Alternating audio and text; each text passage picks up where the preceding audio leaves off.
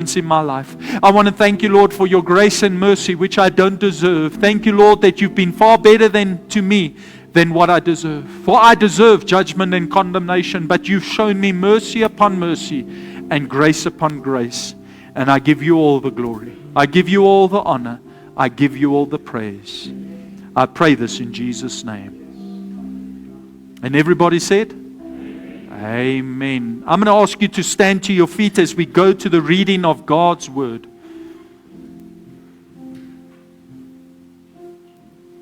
Now this morning we are in Daniel chapter 10, and I'll be reading from verse 11 to verse 19. And I'm going to speak to you today, and I'm going to show you according to Scripture how fasting is spiritual warfare. How when we begin to fast and consecrate ourselves, there is breakthrough and victory that comes in the spiritual realm like no other. Who of you are needing breakthrough in the Spirit? Amen.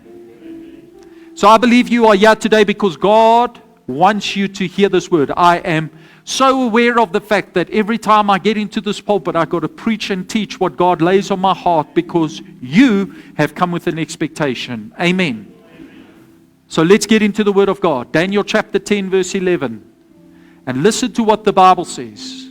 And he said, Daniel, you are highly esteemed.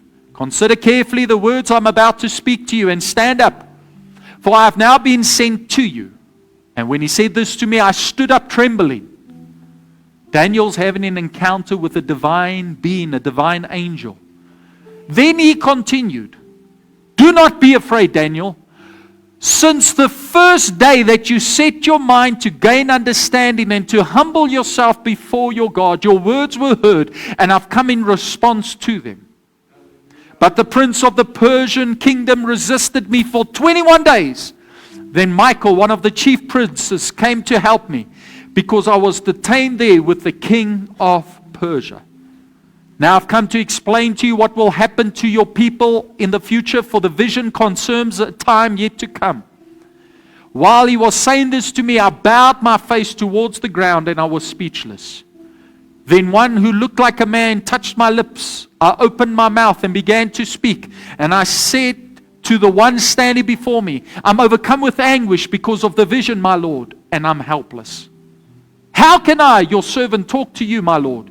My strength is gone and I can hardly breathe. Again, the one who looked like a man touched me and gave me strength. Do not be afraid, O man highly esteemed, he said. Peace. Everybody say peace. Be strong now. Be strong. When he spoke to me, I was strengthened and said, speak, my Lord, since you have given me strength. Can you say amen? Amen. I believe as we begin to fast, as we begin to pray, as we seek the Lord, I believe that God is about to give strength unto the weak. I believe you're going to see breakthrough. I believe we're going to see a manifestation of God's goodness. Can you say amen? Amen. You may be seated in the presence of God. Thank you so much, worship team.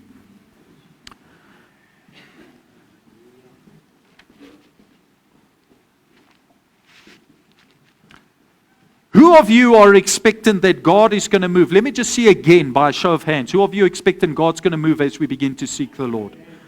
Amen. I want to tell you that as you fast, you need to have an expectation that God's going to reward you. Let me remind you what Hebrews chapter 11 verse 6 says.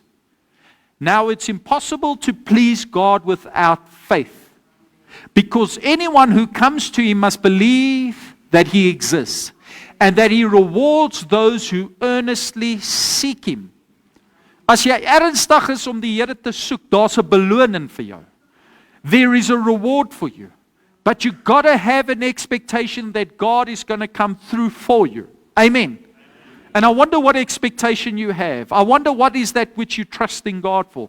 As we seek the Lord, I believe it's going to begin to manifest. And you're going to see the miraculous power of God come alive in your life.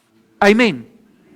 Now, if you look at what's happening in South Africa, if you look at what's happening in the world, I believe more than ever the church should be in a place of prayer. I believe we should be in a place of prayer and consecration. I believe that we should actually follow the blueprint of the book of Acts. Now, if you read the book of Acts, you come to understand that the church of Acts was a church that was consecrated before God. It was a church that fasted and prayed. It was a priority for that church to seek God continually.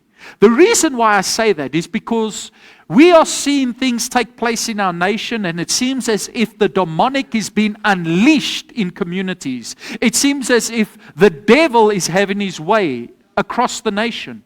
There are talks of violence. There are talks of looting. There are talks of things that are going to happen that can bring devastation. But I believe if the church can just position herself in a place of prayer, I believe we can divert the plans of the enemy and we can bring forth good from heaven. Can you say amen?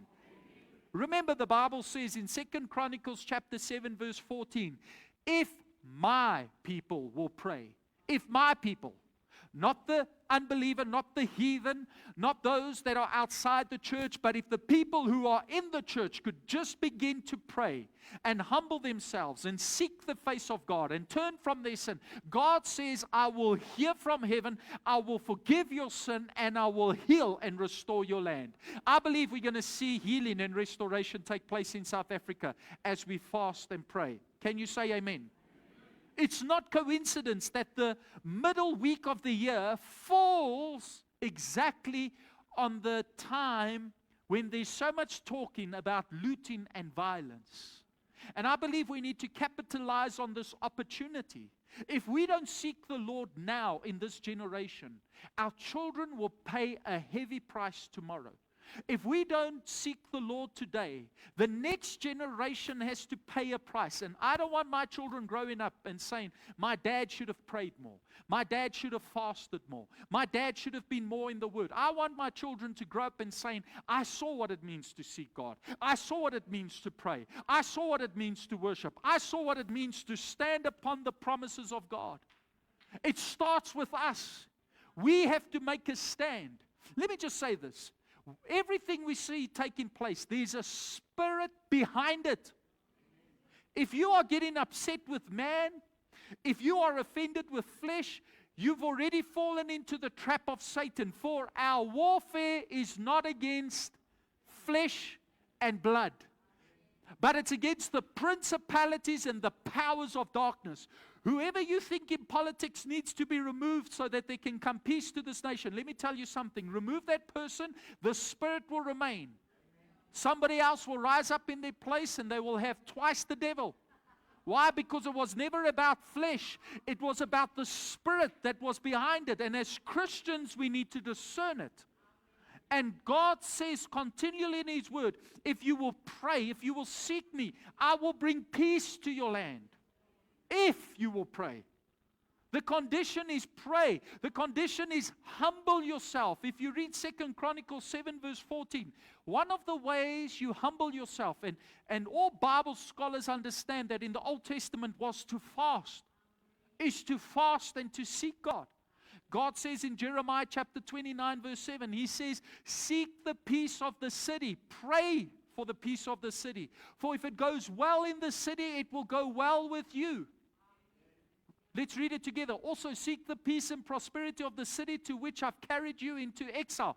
Pray to the Lord for it, because if it prospers, you too will prosper. What God is saying to us, we need to pray for the governing Mbeki municipality. We need to pray for the Tex area. We need to pray for Secunda, Evander, Kinross, and Trichard. We need to pray. We need to intercede. What happens if what's happening around us is determined by our consecration and our devotion? So we're not just seeking God for tomorrow so that the next generation can be blessed, but we are seeking God that in this generation we can see breakthrough. I believe in the church there's a generational gap. I believe we saw a mighty move of God in the 50s and 60s and 70s, but somewhere it waned, somewhere we lost it, and it feels as if there's a generation gap. I grew up in a house where prayer wasn't a priority. I grew up in a house where the word wasn't a priority. I grew up in a house where it wasn't a priority to go to church, and I didn't ever see my parents fast or seek the Lord. But that doesn't mean I must follow the example. That means I've got to be different. I've got to take it up a notch. And my prayer and my hope is that one day my children pray more than what I do. And they seek the Lord more than what I do. But I've got to set the standard now. And that's what I love about all of you that are here today. You are setting the standard in your generation so that your children can see the example that you are setting. And guess what? One day when they go through a crisis, and one day when they go through trouble, they're going to remember what dad did. They're going to remember what mom did. And they're going to do exactly what you did. Because children don't do what you say, they do what you do. Who of you are serious about seeking God? Ek is ernstig om die Here te soek. And we've got a big responsibility to seek God now. I want to remind you this morning as a church, before I go into the scripture that I read, we have got a very real enemy. We've got a very real enemy, and his name is Satan. Now, I don't care how cute you are. I don't care how nice you are. I don't care if you are friendly and if you are a faithful believer. The Bible says you've got an enemy. 1 Peter chapter 5 verse 8, your enemy. Everybody say, my enemy. Satan walks around like a roaring lion. He's walking around seeking whom he may devour. He's looking for a candidate. He's looking for somebody to come. And what does he want to do? John chapter 10 verse 10. To kill, steal, and destroy. He wants to kill, steal, and destroy in your home. He wants to kill, steal, and destroy in your marriage. He wants to kill, steal, and destroy in your finances, in your health. He wants to kill, steal, and destroy in our city, in our town, in our nation. That's what we see taking place. It's happening. In fact, the name Satan means slanderer. And what does he do? He comes with accusations against the body of Christ. Revelation chapter 12 verse 10. He is the accuser of the brethren. He wants to discourage us. He wants to overwhelm us. He wants to bring accusations against the church. You know, a while back, somebody was just accusing some Christians in the church, and they were saying they are hypocrites and they're not good people. And I said, listen, you got to stop doing the devil's job. That's his job. I know we're not perfect, and I know we make mistakes. But instead of walking around with accusations against believers, against your brothers and sisters, see the best in them. Prophesy good over them. Because your lips are constantly prophesying. Life and death are in the power of the tongue, and those who love it will eat the fruit thereof. Proverbs chapter 18 verse 21. Jesus warned us, the measure which you use to judge others will be used against you. Moenie die vyand se werk doen nie. Don't do the devil's work. And he wants us as a church to be divided. He wants us as a church, as the body of Christ, to be in opposition against each other. Because he knows a unified church will turn a nation around. He knows that a group of believers that stand together and love one another in spite of faults, flaws, and mistakes will be able to take the nation, the city, for the kingdom of God. And I believe today I'm looking at a church that is unified. I believe I'm looking at believers that are going to speak and prophesy life. You see, the Bible says, and I want to show you in the scriptures, it says in 2 Corinthians chapter 2 verse 10, be loving and forgiving towards one another. If you've forgiven anyone, I also forgive him. And what I've forgiven, if there's anything to forgive, I've forgiven in the sight of Christ for your sake. And listen to what the Bible says further in verse 11. It says this, in order that Satan might not outwit us. For we are not unaware of his schemes.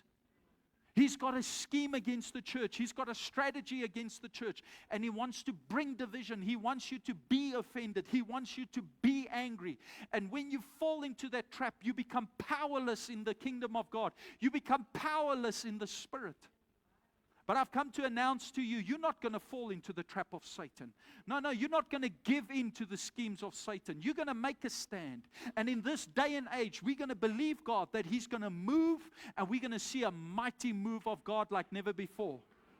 That's why Paul writes in Ephesians chapter 6 verse 11, he says, take your stand, put on the full armor of God, so that you can take your stand against the devil's schemes. Who of you are going to make a stand? Just remember, we don't have physical warfare. There's not a physical gun I can take out and shoot the devil with. There's not a physical sword that I can draw and go wage war against the demon with. The Bible says in 2 Corinthians chapter 10 verse 4, our weapons are spiritual. They are not physical. What are our weapons? Praying. What are our weapons? Worship, praise, the Word of God, fasting, consecration, seeking the Lord. The weapons we fight with are not weapons of this world. On the contrary, they have divine power to demolish strongholds. And if you feel like there's a stronghold in your home, if you feel like there's a stronghold in the workplace, if you feel as if there's a barrier you cannot break, if there feels like there's a limitation somewhere in your life and you're not seeing breakthrough like you want to, you should be fasting. You should take up the spiritual warfare of fasting and praying and seeking the Lord. Because the enemy is real, but God is also. And God is waiting on us. While we are saying we're waiting on Him, I believe God is waiting on the church to begin to cry out to heaven, to begin to cry out to God. Now, let me just say this. As real as the devil is, he's not my focus. My focus is God. Let me just say this. There's a twofold strategy Satan has against the believer. Twofold, I believe. Number one, he wants you to become so ignorant of him that you don't even pay attention to his schemes. You're not even alert to what he's doing. You act as if he doesn't exist.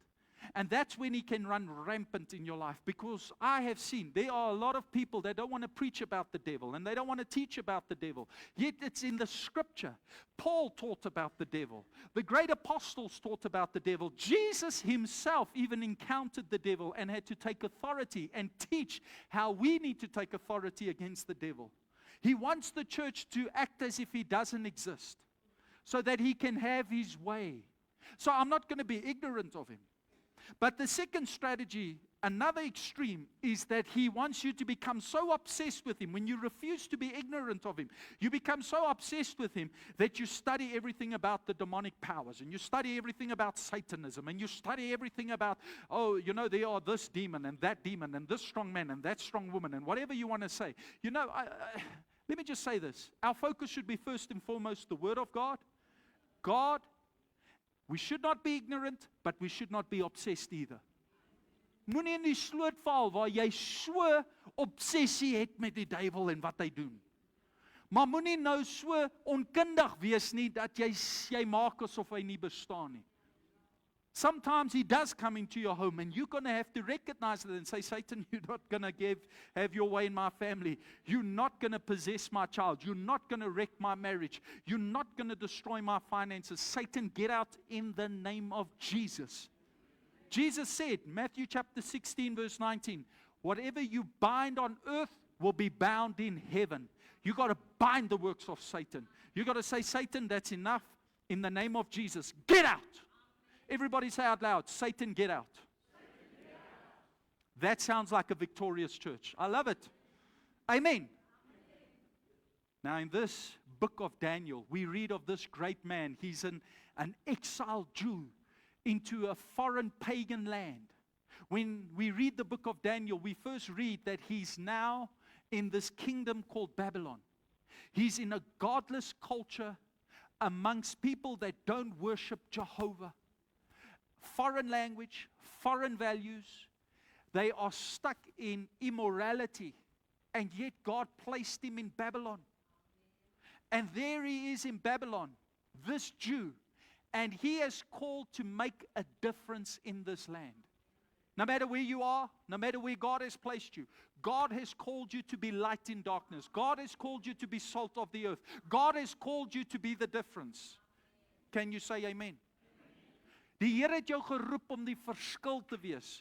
You might not like where you are, and you might not like the people you are surrounded with, but God loves them, and God sees them, and God wants you to have an influence and an impact in that area.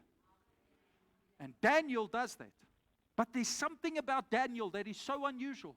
The Bible says in Daniel chapter 1, verse 8, that Daniel chose not to defile himself by eating food that was offered up to idols. He chose not to eat food that was an offense unto God. He chose not to indulge in food that was from the king's table. And the Bible says because he had this attitude of no compromise, verse 9, God gave him favor.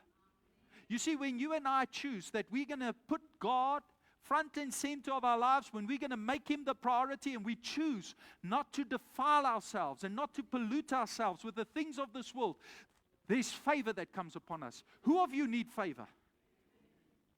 But the Bible says that the person that was overseeing them said that I cannot let you not eat this food. Because if you don't look healthy and if you don't look well, then the king is going to have my head. And Daniel says, give me 10 days. We will just eat the vegetables and we'll just drink water for 10 days. And you can test us according to all the other people that are in the king's training and see how we look. And the Bible says that Daniel, after 10 days, along with Shadrach, Meshach, and Abednego. I remember in Bible school somebody once taught about my shack, your shack, and a bungalow. Shadrach, Meshach, and Abednego. The four of them looked far more healthy and vibrant and filled with life than anybody else that was in the king's training in Babylon. And the Bible goes on further to say, I believe it's in verse 19, that God gave him and his friends 10 times more wisdom than all the wise men of Babylon. God gave them so much more wisdom. God gave them so much more discernment. And Daniel had the ability to interpret dreams. Daniel chapter 1 verse 20. This is Daniel. Although the odds are stacked against him, although he's surrounded in wickedness, although he's basically in exile, yet he makes a difference just by choosing not to pollute himself. And I believe I'm looking at a church that's not going to pollute herself with the things of this world. You know, I've made a decision, no compromise in my home. We don't want things to come in our home that's going to be an offense unto God. We don't want things to come into our home that's going to be a transgression of God's word. We want to be set apart, not because we think we're better than anyone else, but because we need the favor of God. We need wisdom from heaven. We want to be a family that is set apart for the kingdom of God, because the Bible says without holiness, no one will see God. And holiness means you are set apart. It doesn't speak about being perfect. It speaks about saying, I want God to be the priority. I want to be used of God. I'm set apart. We are living in a generation that's so casual with its values. We are living in a generation that so easily transgresses God's word. And that culture and that thinking has infiltrated the church. And now we've got this hyper grace message that, oh, you can do what you want, you can live like you want, and God will just forgive your sin. Let me tell you, that's not the biblical truth. You will die and go to hell while you're sitting in church enjoying your sin. I believe we're going to get to heaven one day. And the people we thought might have missed heaven will be there. And the people we were convinced would make heaven is not there. Why? Because sin is sin. And if you enjoy your sin, I've come to remind you that you better enjoy it, geniet it, have all your pleasure you want, and at least know where you're going. You're going to hell. But if you're serious about serving God, get rid of those things, make a decision, I'm going to put my focus on God, and watch what God will do. Die Bybel sê, Galasiërs 6 vers 7, ek sê dit sommer in Afrikaans, jy kan nie met God spot nie. Wat jy saai, sal jy maai. Okay? Galatians chapter 6 verse 7. God cannot be mocked. You will eat the fruit of your life. You know, it amazes me sometimes. People will come and ask for prayer. And then they'll say, I don't know why I don't get breakthrough. Meanwhile, let me say in Afrikaans, hulle knyp die kat in die donker. And they've got the audacity to come and say, why doesn't God answer my prayers? You know what you're doing. It's not the pastor. It's not your fellow brother and sister that can't pray for you. It's you. It's you. Not you. You on Facebook. Kyk vir die persoon langs jou en sê dis jy ook. Daniel had an attitude of no compromise. I refuse to do anything that upsets God. I refuse to do anything that is a transgression unto God. No wonder God blessed him. No wonder God gave him favor. You know what? He would go on to have somewhat, if the Bible scholars tell us, somewhat 60 to 80 years of ministry in Babylon, eventually Persia. high government position. He would have influence over the emperor, the king. Through Daniel, God would rule and reign in Babylon and Persia because he was in a position of influence. Are you all with me? Who of you want God to use you more? You got to have an attitude of no compromise. I'm sorry. If it's not pleasing unto God, it's not pleasing unto me. If God hates it, I hate it. If God loves it, I love it. I accommodate only what the Scripture says. I stick by the values of God's Word. I wonder if there's somebody with me today that say, Pastor, I'm going to have an attitude of no compromise going forward. Now fast forward to Daniel chapter 10. Many years later, decades later, Babylon has now been invaded by the Persians. There's a Persian empire. And even with the new invaders and even with the new heathens, yet Daniel still finds favor with them. And he's got a high government position. And as you study Daniel chapter 10, you come to realize that he's no longer this young man that we first read about in Daniel chapter 1. He's now an elderly man, 84 years of age. He's an old man.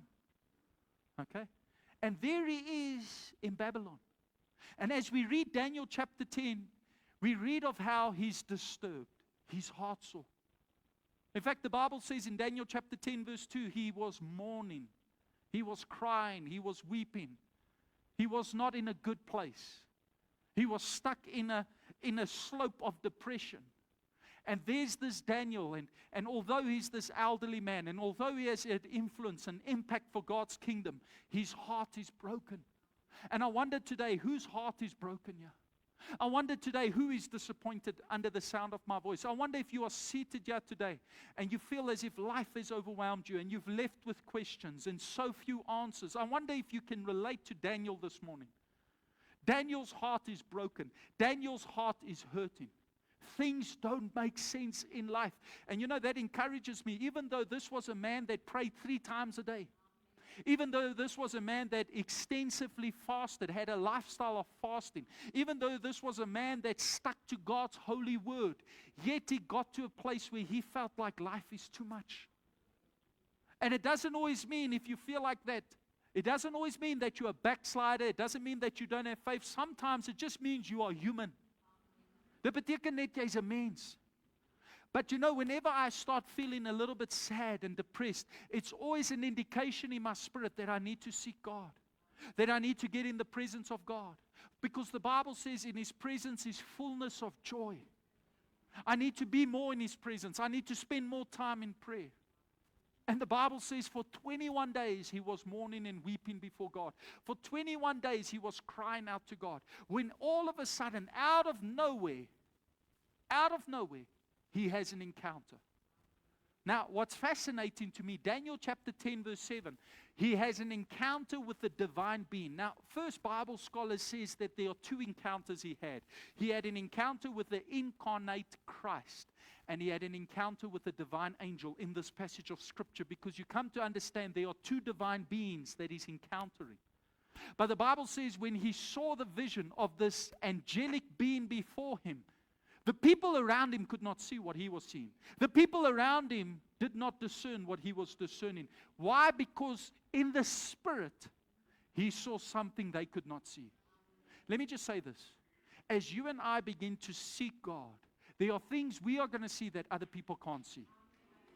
When you begin to cry out to God, you will be able to discern things that other people cannot discern. 1 Corinthians chapter 2 verse 14 says, the things of the spiritual man do not make sense to the fleshly carnal man. Listen to what the Bible says. A man without the Spirit does not accept the things that come from the Spirit of God. For they are foolishness to him, and he cannot understand them because they are spiritually discerned. That's why a lot of times you are frustrated, because in the Spirit you see things. In the Spirit you feel things. In the Spirit you're trying to explain to carnal, fleshly family members, friends, colleagues, things, and they can't understand what you are saying. You know how many times precious brothers and sisters have come to me and say, Pastor, I'm trying to warn this family member. I'm trying to say this at work. I'm trying to do this at school. And it's as if they don't see it. It's as if they don't know it. What you don't realize is you are operating at a spiritual level while they are still stuck in a carnal level. And here is Daniel. He discerns things that other people cannot. He sees things that other people cannot. I wonder if you can see what God is doing. Ek wonder of jy kan erken wat die Here doen in jou midde.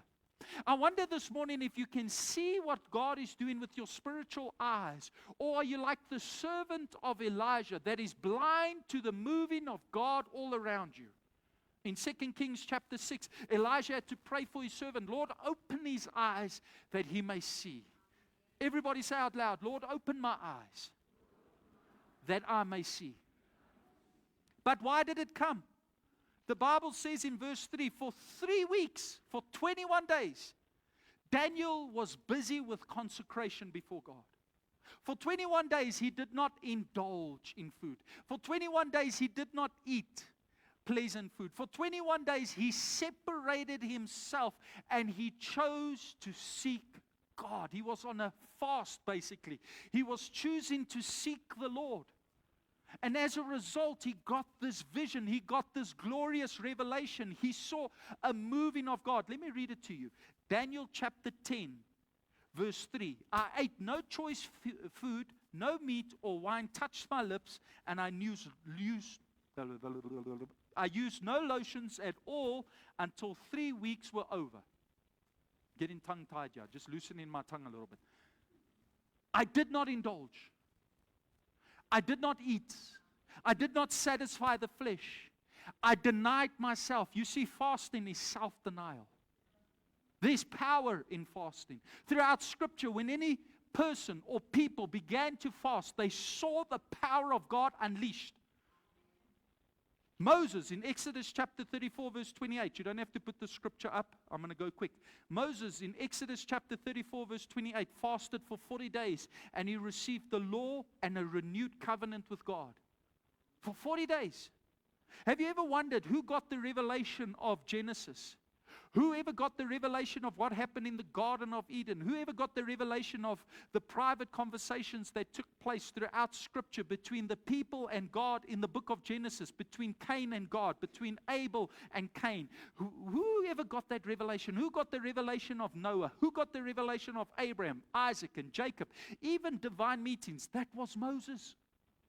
In the presence of God, as he was fasting and praying, God released revelation into his spirit, gave him a download, and he came off the mount of God. And what did he do? The first 5 books of the Bible were written. Die eerste 5 boeke van die Bybel was geskryf. Hoekom? Daar was iemand wat besig was om te vas en bid. If you need wisdom, God has got it for you. As you fast and seek God, God's going to release wisdom for you. God's going to release wisdom for you as a parent, as a grandparent. He's going to release wisdom for your finances. In Ezra chapter 8 verse 21, there was a corporate fast that was taking place between Ezra and the people as they were traveling on a dangerous journey. And the Bible says that they were delivered from destruction after they had fasted for 3 days. Vir 3 dae het hulle gevas. Hulle die Here gesoek. And God delivered them. God divinely protected them. So we see how Moses got divine wisdom, but we also see how Ezra got divine protection. In Esther chapter 4 verse 15, we see how Esther for 3 days called a fast, and they had deliverance from destruction. Not just her, but the whole Jewish nation. Think about this in the book of Esther. Israel would have been wiped out had it not been for Esther that called for a 3-day fast. In 2 Chronicles chapter 20 verse 3, Jehoshaphat and the nation of Judah were delivered from their enemies when they had a national day of fasting. They fasted for a whole day. They sought the Lord. And God went to war for them. God went and fought for them. In Luke chapter 2 verse 36, we read of a woman called Anna. She had a lifestyle of fasting. This was somebody that fasted on a regular basis. And what happened? She saw the Messiah and she came into contact with the baby Jesus.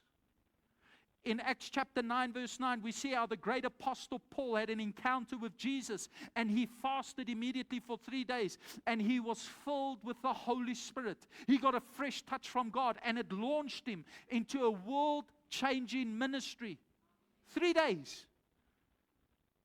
Matthew chapter 4 verse 1, we see how Jesus himself fasted for 40 days, and he was able to overcome Satan's temptations. Not just that, The fast brought so much breakthrough that verse 10 to 11 of Matthew chapter 4, the Bible says Satan had to leave him for a season. Ek glo as jy begin vas en bid, die duiwel gaan jou moet los vir 'n seisoen.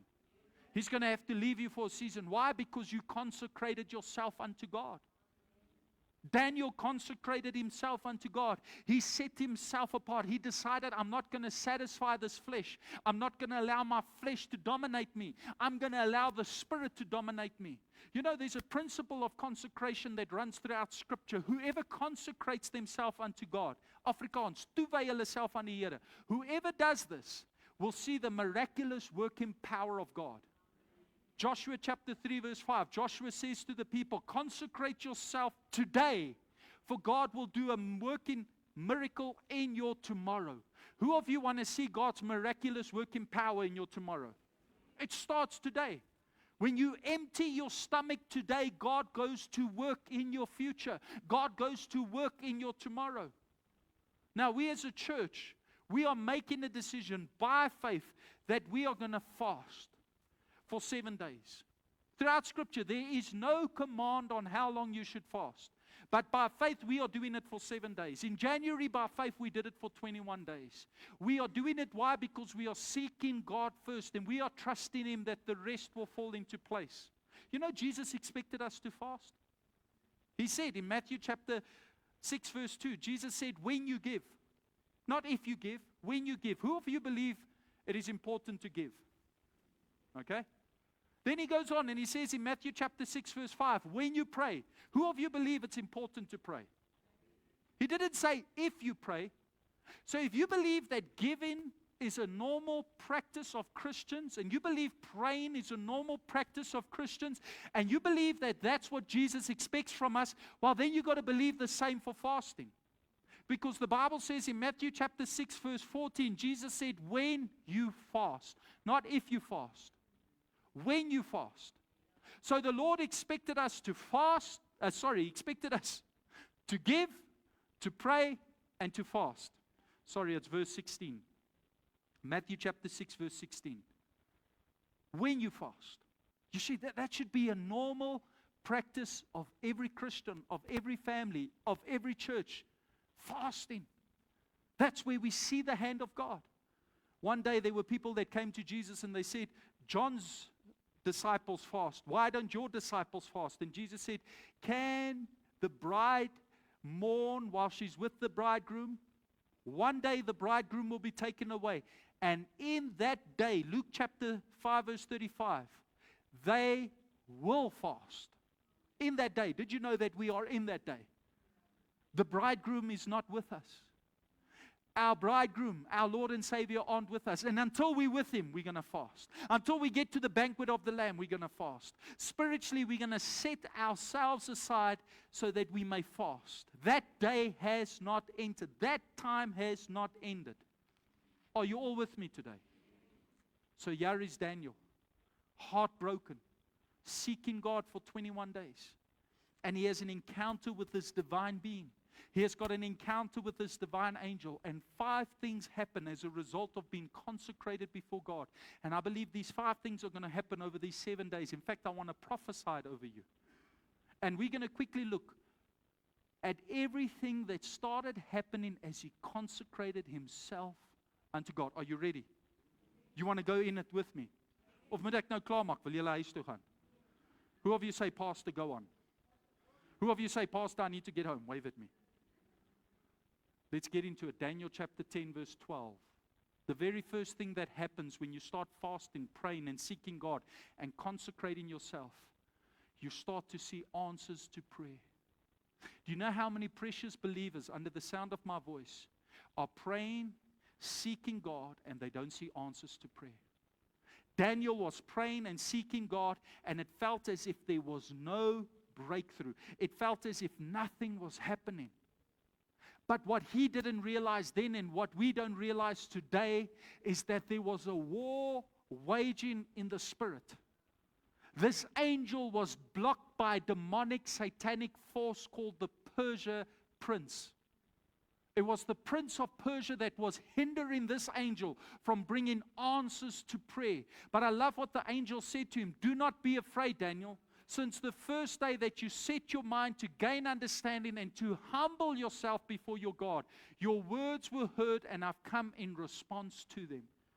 Could it be if you start seeking God and you start crying out to God, you're going to start seeing that which you're trusting God for begin to manifest?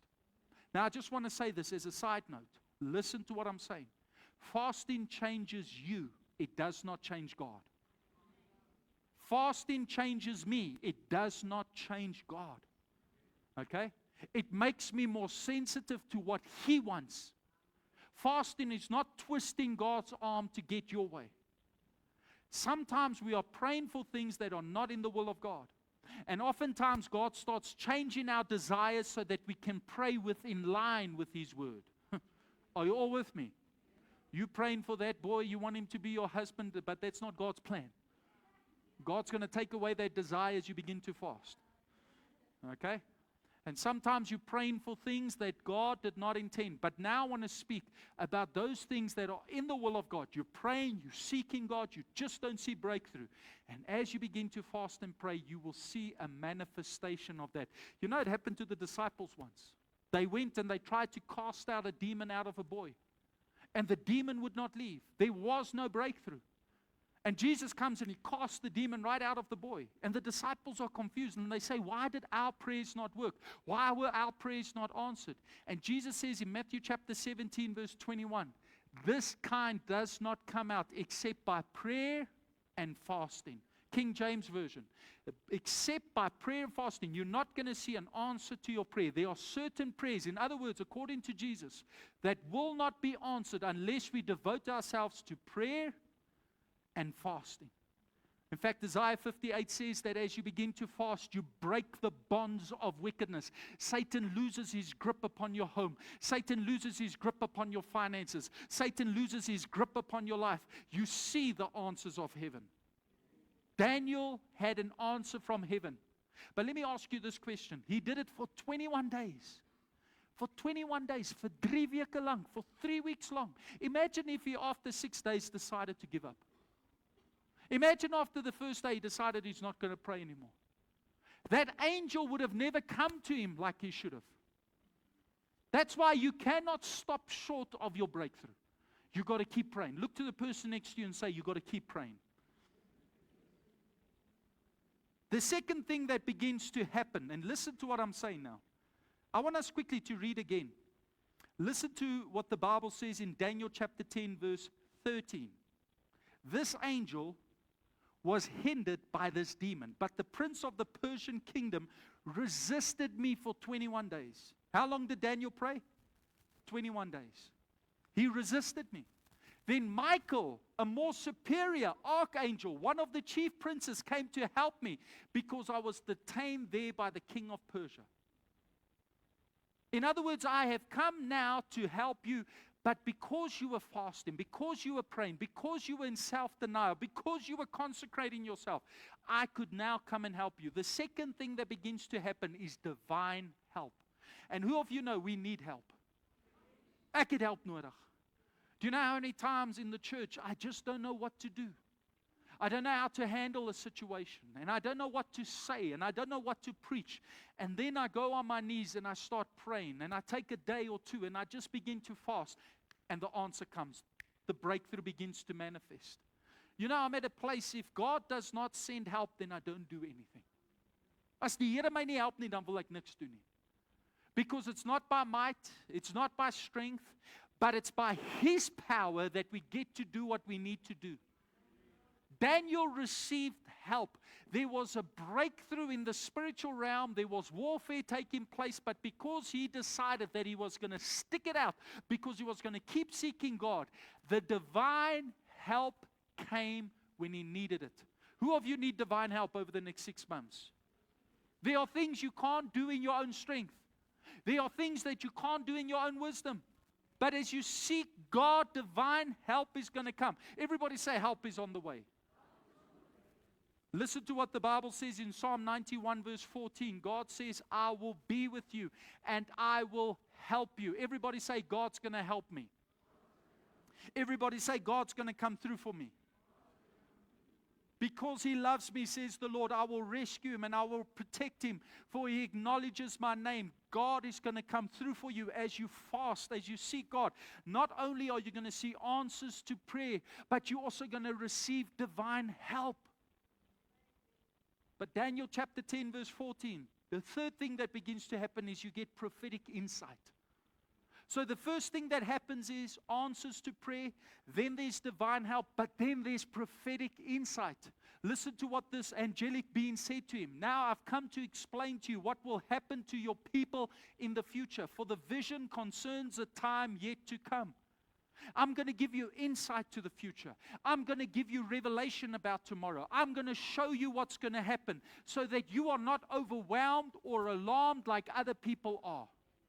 Let me just say this. There is nothing that God is going to allow to take place upon the earth if He does not first reveal it unto His called and chosen ones. I remember I experienced this. I remember it was 2020 and there was never ever a talk of a lockdown. And I remember it was in March 2020. I believe we've got the recordings. And I remember I got up in this pulpit and I said, there's coming a lockdown. Do not fear it. It's going to be over quickly.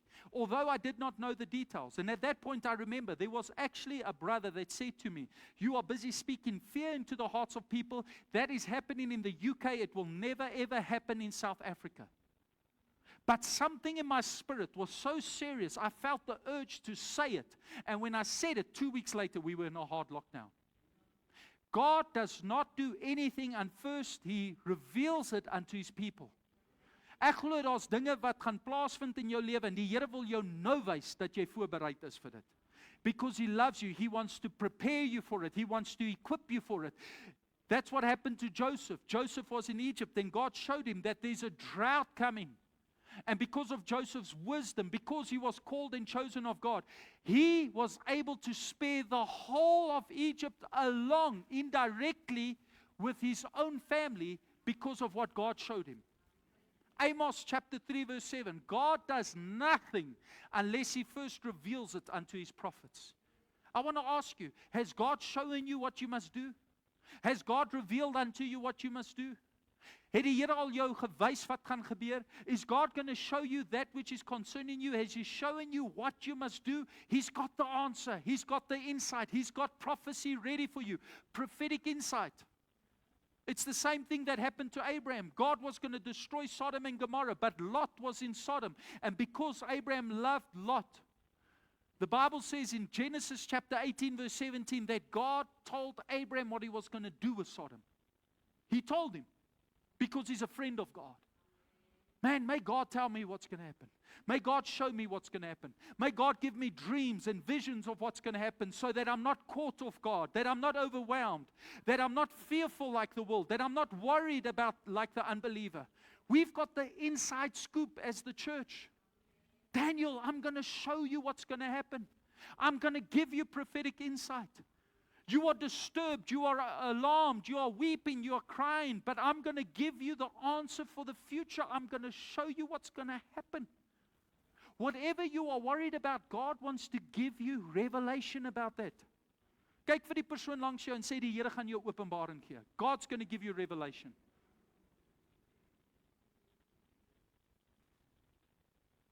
Listen to what verse 18 says. Daniel chapter 10 verse 18. This is the fourth thing that begins to happen as you consecrate yourself before God. And I love this. In fact, it's verse 18. Again, one who looked like a man touched me and gave me supernatural strength. Not only are you going to see answers to prayer, not only are you going to receive divine help, not only is God going to give you prophetic insight, but you're going to get supernatural strength. You're going to get strength you don't even know where it came from. I have met many believers that said, Pastor, before I served the Lord, things used to overwhelm me. Things used to trouble me. But then I came to salvation. And those things don't bug me anymore. It just feels like I'm strong enough. What is that? It's the strength of God. It's the supernatural strength of God. Isaiah 41 verse 10, God says, I will be with you and I will strengthen you. In moments of weakness, where you feel fragile, where you feel as if you're weak like Daniel, God comes and He gives strength unto you. Let me say this, strength is important.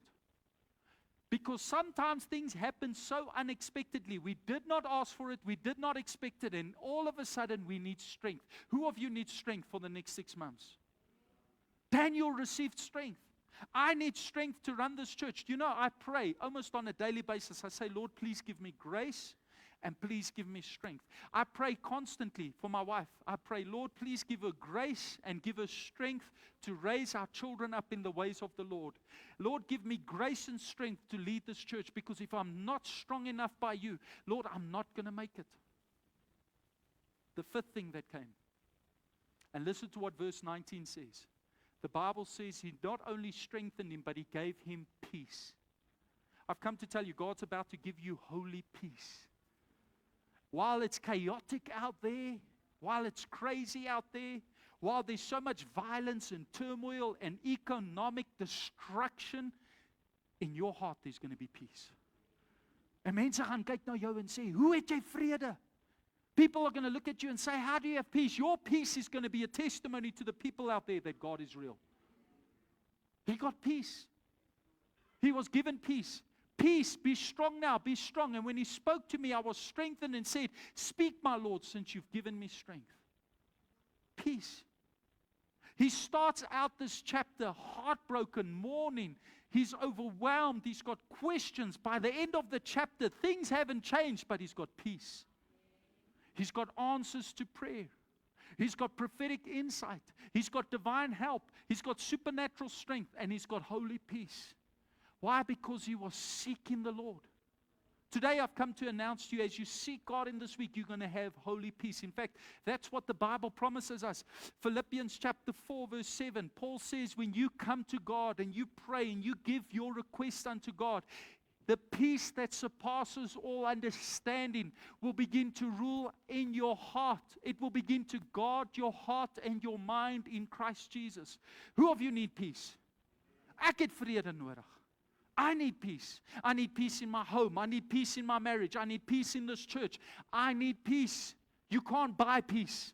When God gives you peace, nothing and nobody can disturb you. Wie van julle soek dit?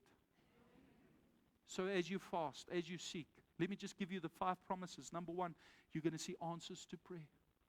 Number 2, you're going to have divine help. Number 3, you're going to have prophetic insight.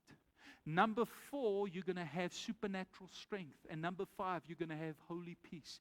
And you're going to see it begin to manifest in a way like you could have never imagined before.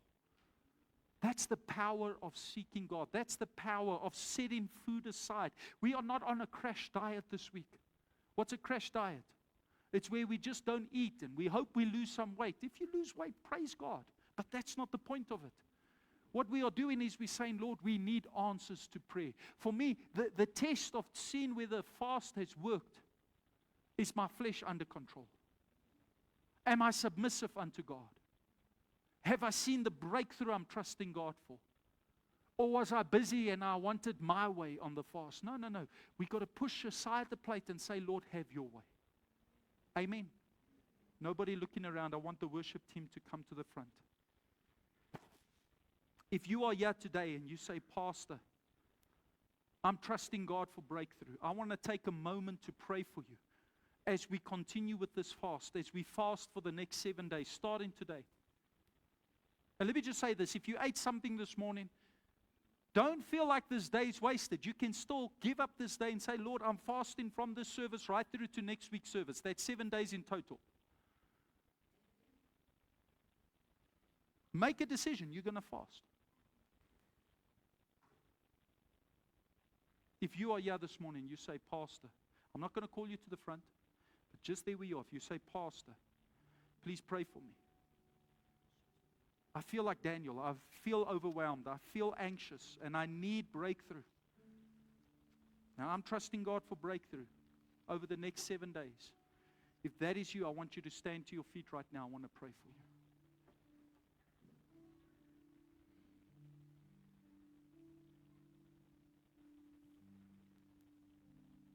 And right there where you are, just lift your hands to Him. There's people standing up everywhere. Lord, you see our hands, you know our hearts, and you see each one of us. And today we are here in your presence, and every person that is standing is in desperate need of breakthrough. There are some that are trusting you, Lord, for answers to prayer. There are some that are trusting you for divine breakthrough. There are some that are trusting you, Lord, for the salvation of a lost loved one or financial increase. There are some that are trusting you to overcome debt. There are others that are trusting you for their business, for clients and contracts to come. Howsoever, Lord, you know everybody's heart. And I pray this morning, as we stand to our feet, and we make a decision that we, Lord Father God, are going to seek you for 7 days. I thank you, Lord, for quick answers to prayer, for testimonies that are going to come, and for the glory of God that's going to manifest in our midst. Like Daniel, I thank you, Lord, that you will begin to strengthen us and give us your peace that goes beyond all comprehension. Lord, thank you. Bless each person that's standing right now. In Jesus' name. And I'm going to ask the rest to stand to your feet as we go into a time of worship. And Father, as we stand right now and we get ready to sing and we get ready to praise you, and as we conclude the service, I thank you, Lord, that you are in our midst. I thank you, Lord, that you are here with us today. And I thank you, Lord, that we don't have to walk out this church this morning overwhelmed or concerned for the future, for you are our God. You hold our tomorrow in the palm of your hands. We give you all the glory. We give you all the honor. We pray this in Jesus' name. And everybody says, Amen. Amen. Hallelujah. Now, before we sing the last song, I want to quickly remind you, we're going to sing one more song and Beryl will conclude after that. But in the foyer, we've got